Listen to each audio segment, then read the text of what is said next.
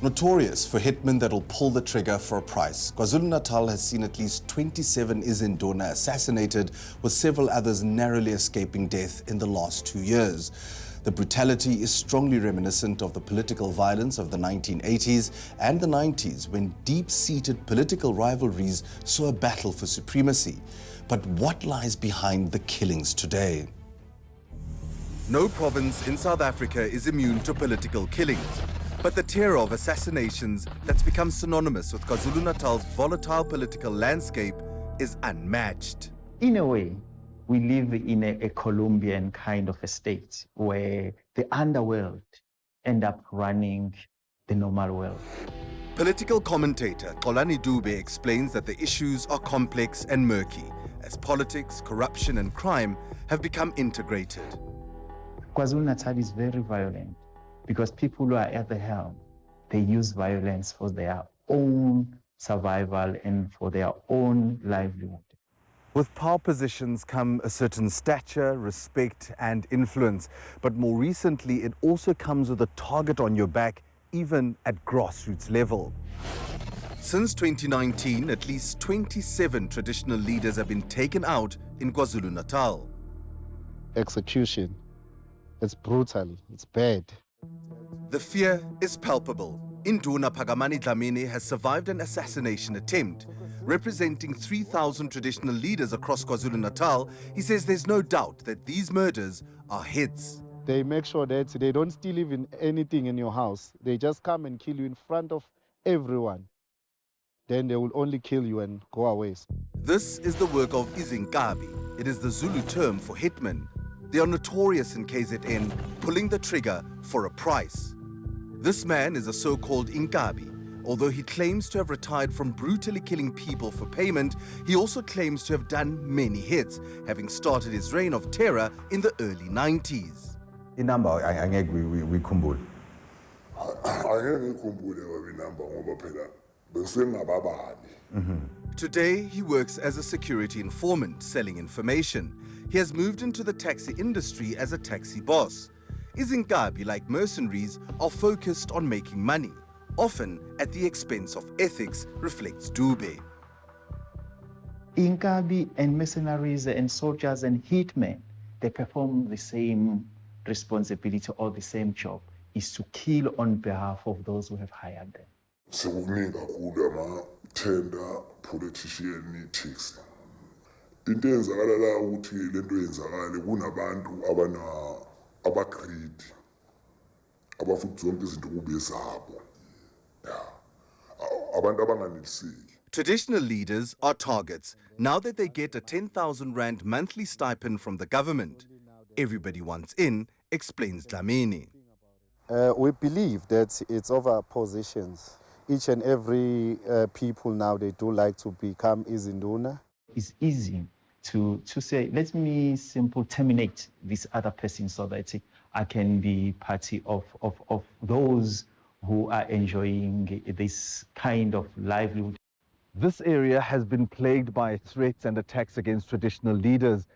𝗃𝗀𝗃𝗀𝗆 was one of these targets, and while he was respected by some, others wanted him dead. Ngoba ama-threat wonke akade ekhona abe nomnduna phakathi. Yize yena-ke kade engawanaki. 𝗃𝗀𝗃𝗀𝗆 is 𝗃𝗂𝗃𝗀𝗃 widow. He was gunned down at their home in 𝗃𝗃𝗀𝗃 in December 2020. Kunzima, kodwa isimo ngiyasiphoqa ngoba ngumama wengane. Kunabantwana efuna ngibakhulise. Akufanele babone ukuthi mina ngidiphuka ngakanani osizini. Kufuna ngenza ngathi yonke into iright. zinhle says on the day of his murder, her husband knew the threats were no longer empty. Siza lekhaya. Sihambe endleleni uyangixoxela ukuthi kuthiwa ngithengelwe inkabi ezongibulala.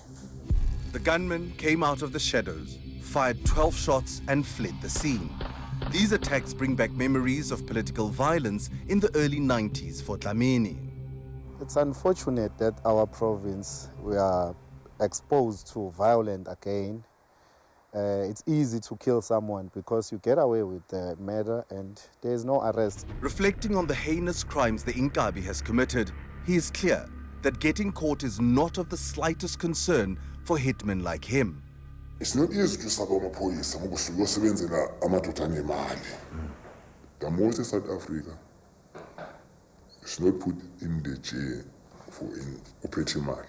It's deeply troubling. It means that might is right and murder holds sway. Investigative journalist 𝗀𝗂𝗍 explored how turf is won by physically eliminating rivals in his book, War Party. It reinforces the culture of violence in South Africa. If you have a breed of killers who work across platforms, who are cold-blooded mercenaries, who will do the bidding of the paymaster in a personal dispute, in a traditional dispute, in a taxi dispute, or in a political contestation. Minister 𝗶𝗶𝘀𝗍 recently held a media briefing on political killings in KwaZulu-Natal. One thing about those killers, you thought that they are killing for the taxi industry. They are killing for the political thing, for robbery. We have discovered that they're in one pool. Currently, the top 3 police stations for murder in the first quarter of the year are all in KwaZulu-Natal. 𝗃𝗃𝗍𝗃 in Pietermaritzburg with 73, followed by iziNduna with 63, and then 𝗃𝗵𝗶𝗴𝗶 with 61 murder cases. That tells us that there is a problem. There is a special approach of killing in KZN. Even if you go to other provinces, people that are inkabi, the people that are causing problem, either in the taxi industry, even in the cash house, you trace them from this province, in the deep rural areas of this province. This video clip is of a hit in Pietermaritzburg. The shooting was allegedly linked to the drug world. Watch how brazen the shooters are, firing without hesitation in broad daylight. The Inkabi horrifically explained that the goal is simple: kill the target quickly and get out of there. Ngeke ngize ngimiste ngoba mina ngisuke ngizakwena ungangazi ngizokushaya. Ngizokushaya kulezi indawo engazi kahle ukuthi ngeke ufike esibhedlela. Ufike esibhedlela. Yeah. Ngoba once ngamista ngeke ngikholele lo. It has evolved because there is a monetary value now. They have commercialized their skills to make it appropriate for a capitalist society so that they can survive. And so it's a form of employment for them. The Inkabi arrogantly joked that it's the only job he's ever had. He now works for himself with the taxis he operates. Ngazi ngithi good morning enkampanini efemini. Abantu bayenza njani ukuthi bafike kube inkabi? Iqala ekuthenini wena lesibindi singanansi ukuthi leyo nto ungayenza. Iqala futhi endlaleni. Ngeke nongishayela usibanibani zokunikeza 50,000 or 100,000. Ayibona ukuthi hayi ngamshaya usibanibani ukuthi ngithathile imali. Ngimshaya usibanibani ngimbula kodwa ngixabene naye. Inkinga into engixabene nayo imali. Ngisuke ngixabene naye ngixabene nemali. The problem is there's massive culture of impunity. The Inkabi know that they can get away with it because these people are still out there and the killings are still continuing. The police are positive that progress is being made. The politically motivated murder rate has dropped significantly, but hitmen still continue to kill indiscriminately for whoever puts up the cash. Those guys don't kill you because they hate you. They're killing for money. So that's an issue. They'll have to, not just the foot soldiers, but who pays the money, who is the boss, who calls for this. 𝗀𝗍 is convinced that following the money is key to stopping this crime trend. It was the most frustrating thing in my research was everyone could really easily establish who the killers were, who was really pulling the levers. Investigator Shaheen Suleiman has worked a number of these cases. While the paymasters are outside, the criminals calling the shots are often already doing time. A lot of the crime and the network that happens with criminals being in prison. One robber speaks to the other robber. After a crime has been committed, weapons are recycled and traded between criminals, either sold or often hired out, explains Suleiman. Anything from 500 Rand for a handgun to 1,000 rand for AK-47. No way, Shaheen. So that's an automatic rifle. That's an automatic rifle, 100%. The inkabi preferred to buy guns. He claims there's no shortage of suppliers. Mostly from the police, from the robbery, siyathatha leso sibhamu sakho. Okay. So dayiselwa abanye. He made a call to demonstrate just how easy it is to get your hands on a gun. 3.5. Likhona nekhetha ukuthi iyafuna mfethu. Lona mfethu wangithanga malini mfethu?